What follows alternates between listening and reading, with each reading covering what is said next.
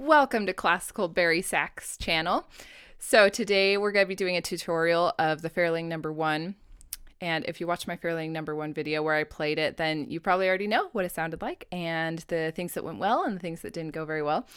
And today I'm going to be watching it and critiquing it and sharing with you some of the tips and tricks I had for learning Ferling number 1, and also talking about some of the things that didn't go so well for me and why that happened. So let's get started.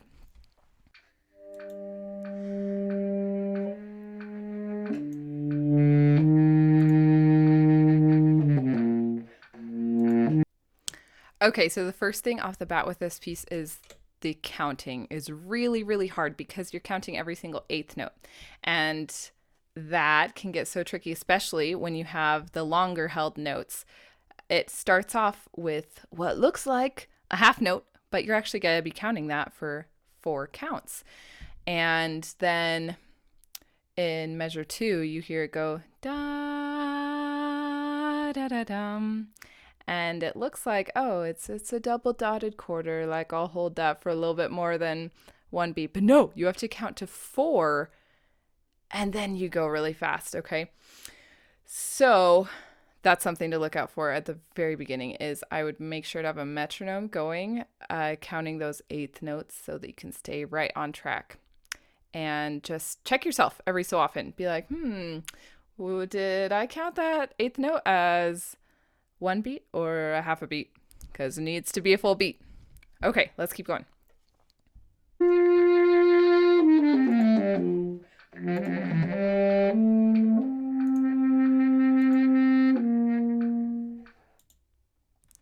Okay, another thing is to get a really, really clean cutoff, like the one at the end of that we just heard. You're gonna want to think about your lips kind of just like gently coming off of the mouthpiece a little bit. Let's see if I can demo that real quick.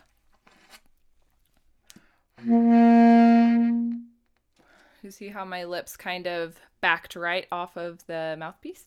That helps to keep the reed vibrating while it gets quieter and quieter.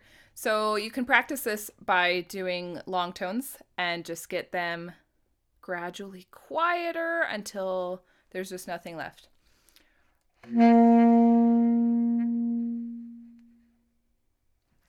And then you just practice doing that faster and faster, so it's a quicker release, but it never has a chopped ending in classical music. You always want it to just float away.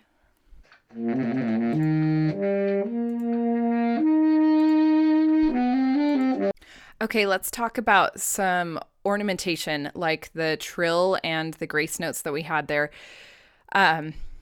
I generally practice pieces first without doing any of the ornamentation, okay?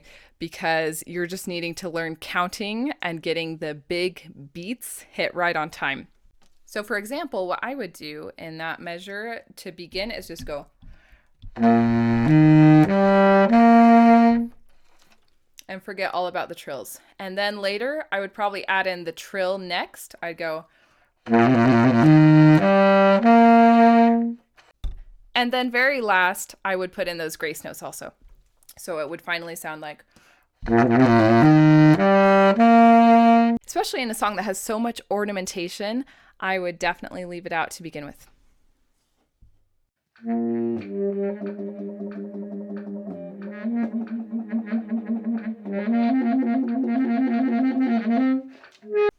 Speaking of ornamentation, to get a good trill, especially one that's just so long and sustained, the key to it is to keep your keys pressed down more than they are up, okay? So a lot of people think, oh, move fast, lift up, lift up, lift up. But no. What you want to do is the opposite. You want to press down, down, down, down, down, down, down. And that will keep your trills sounding really even and a lot smoother. They're not going to sound as ridiculous and fluttery.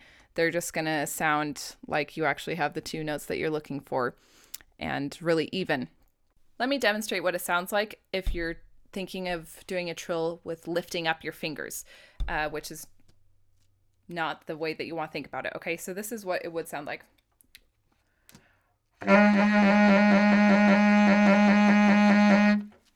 what you're getting most is the top note, right? Because I'm just lifting up, so it's da, and occasionally getting a little flutter of blah, blah, blah, blah.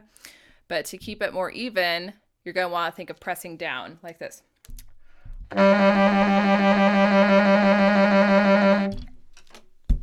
That sounds way better, okay? So make sure you try and keep the keys pressed down more instead of thinking about lifting up off the key.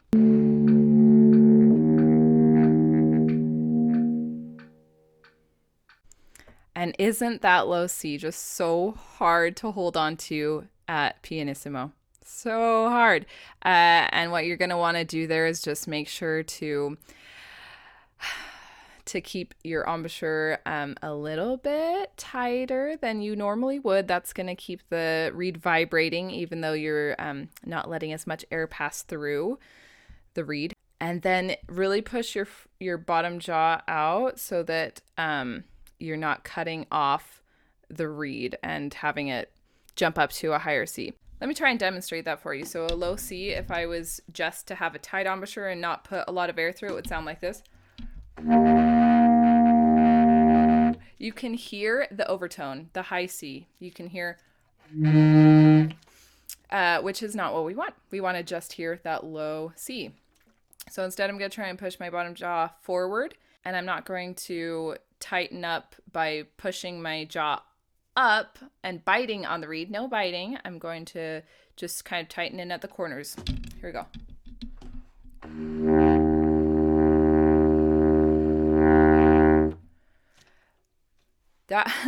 That looks ridiculous, but that's the mouth that I'm trying to think of, is just really getting as much of an O as possible, bringing the corners in, not biting up, but actually dropping my jaw down and forward. Okay. And that's it for Ferling number 1. That was a really fun piece. I love Ferling number 1. And it's really challenging with that counting and the timing and all of the ornamentation, but you can do it. Happy practicing.